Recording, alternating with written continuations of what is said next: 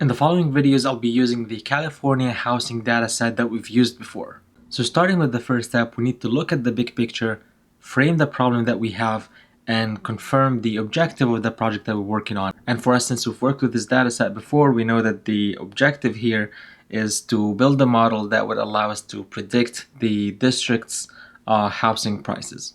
We know that our data set actually contains the house values as features in the data set, so it's not a classification of cheap, medium, and expensive. These are the actual values that we could use.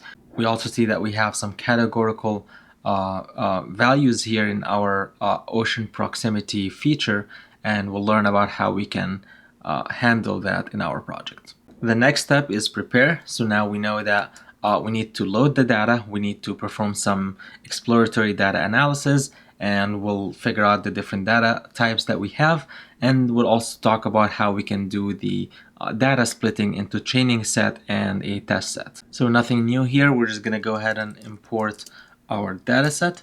So this is going to be pd.read.csv, and it is from our data housing CSV. Obviously, I still need to also import pandas as PD. Now I'm gonna print the first 5 records of the data. So each one of those rows here represent a district. So we have the longitude and latitude for the district, the housing median age, so the median age of the houses there, the total number of rooms in that district, total number of bedrooms, population, number of household, how many people per household, and their income, as well as the obvious target value here, which is the median house value. So when we run housing.info, we see some extra information about the data set that we have.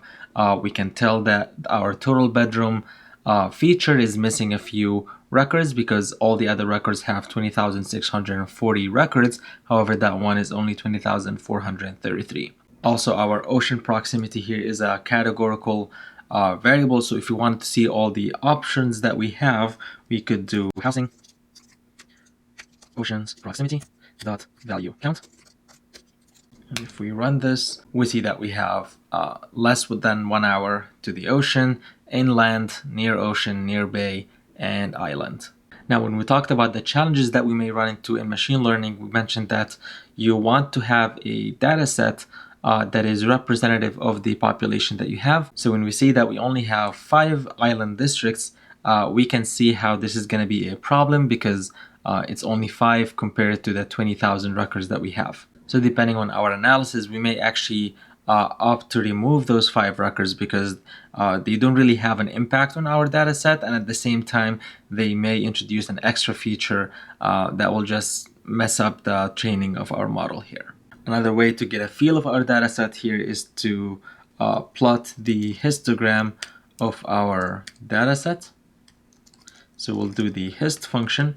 Here I'm going to define the number of bins, so I'm going to need 50 bins per feature, and we'll set the figure size to 20 by 15. That's large enough. So a few things that we'll notice from those diagrams here. For our housing median age, we see that there is a spike at the end of the chart here.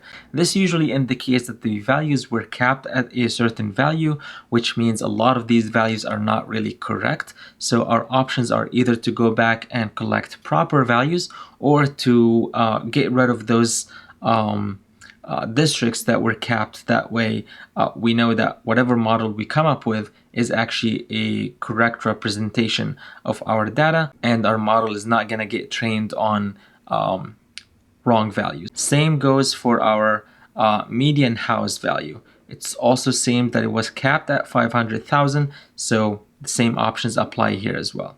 Also looks like the median income here is not represented in US dollars, or at least it may have been scaled down so such that the 8 might actually mean 80,000. So that's something that we'll just have to keep in mind.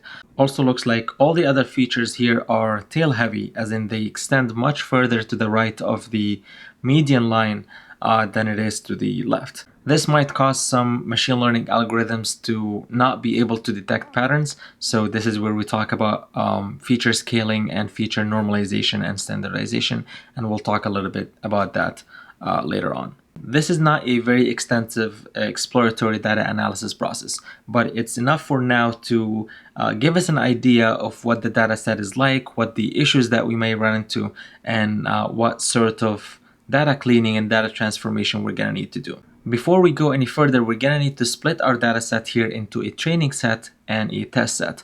I'll talk a little bit more about that, but I'll do that in the next video.